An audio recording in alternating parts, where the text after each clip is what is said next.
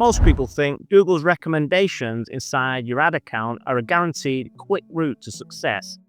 You know the ones I'm talking about, the recommendations that's full of prompts like raise your budget, switch to smart bidding, or add broad match keywords. At first glance, they make it look like you're only 1 or 2 clicks away from a wave of extra conversions for minimal to no effort. But here's the truth. Those recommendations aren't really there for your benefit, they're there for Google's benefit. Now, I know they put a percentage on it, so it looks like you could get a higher score by making the changes, but if you just hide the recommendation, what you'll see is the percentage goes up anyway. Now, if that was a true indicator that you'd get a better performance and better results, then the percentage would never just go up. See, Google's number one customer is actually Google. And a lot of the time, these automated suggestions are nudging you towards spending more money and not necessarily making you more money. So let's break it down and show you the most common types of recommendations that Google pushes, why they can backfire if you just accept them, and then give you a simple framework for which ones are actually worth testing. First up, budget and bidding. You'll often see, your campaign's limited by budget, raise it to capture more traffic, or switch to maximize conversions. Sounds harmless enough, right? But after testing, what we've found is that by blindly following them usually means spending a lot more money without the proposed increase in revenue. And not only that, far from it.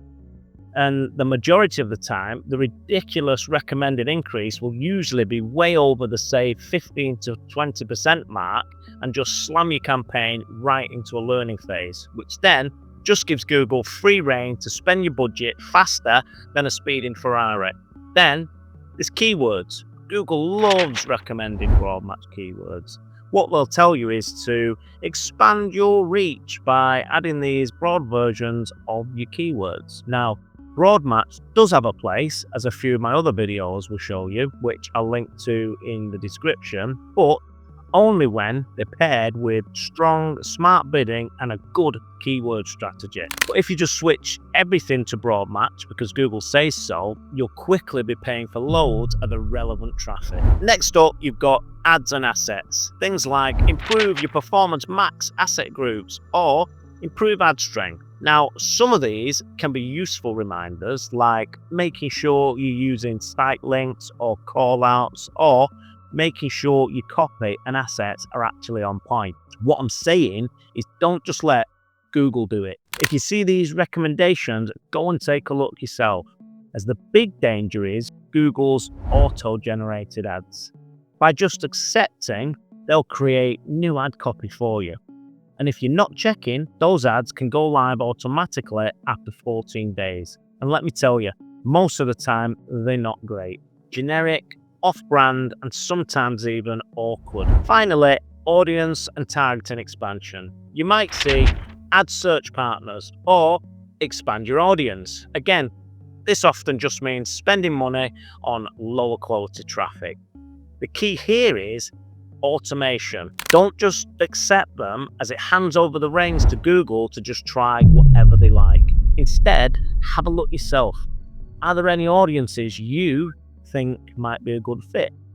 Are there any audiences you can bring to the table from your site data that are now large enough to qualify? Now, don't get me wrong, not every recommendation's bad. Some of the repair ones, like fixing tracking, disapproved ads, or completing verification, are, for obvious reasons, actually very helpful and where your initial focus should be. But the big takeaway is this: not all recommendations are created equal, and don't just follow what Google says, as at the end of the day, they're a money-making machine first and a helpful ad aggregator second. I'm Mark Farrell, the owner of Rocket Reach PPC, and if you're running Google Ads in the home and garden space and aren't happy with the results you're getting, then let me take a proper look.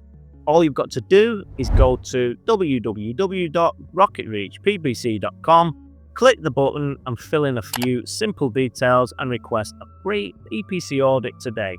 And I'll personally look over your account and fire over a no-nonsense video that shows all of the changes that you need to make to get better results and quickly. No hard sell, no pressure, just great advice. And if, after receiving the video, you want an expert to work on your account to save you the time, then give us a shout. Either way, you'll walk away with some really useful information. Just head on over to www.rocketreachppc.com now and request your free audit today. So, let's get into why blindly following these recommendations could be dangerous. Overspending. Increasing budgets or loosening cost per acquisition, ROAS targets nearly always benefits Google more than you. You might see more conversions, but at a much worse cost per conversion until Google sorts itself out. So it depends on whether you can soak that up or not. Irrelevant traffic. Broadmatch is infamous for pulling in clicks that have nothing to do with your actual offer or product. You'll burn cash quickly if you don't control it. Yes, I know it's got a lot better at recognizing intent, but overall, unless you're watching your ads like a hawk, you'll get lots of traffic that you don't want. Ad quality. Auto-generated ads usually underperform compared to ads that you write yourself. Why? Because nobody knows your business better than you, or at least a human.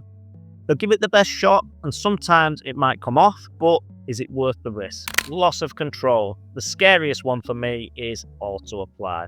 If you allow Google to automatically apply recommendations, you're basically saying to Google, do what you want.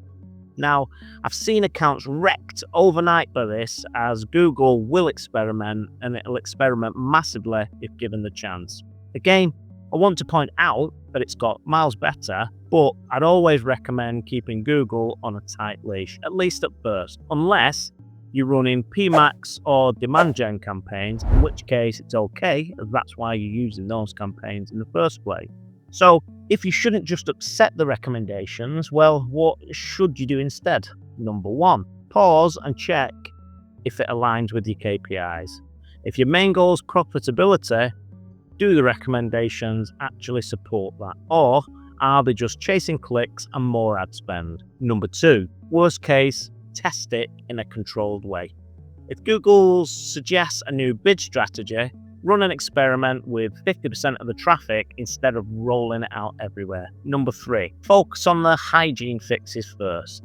Things like fixing disapproved ads, adding site links, removing conflicting negatives, as these carry little risk and are often worth doing just from a best practice perspective. Number 4, turn off auto apply.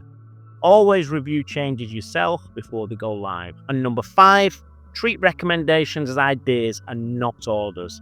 Think of them as a checklist to review, not a playbook to blindly follow. So here's the bottom line.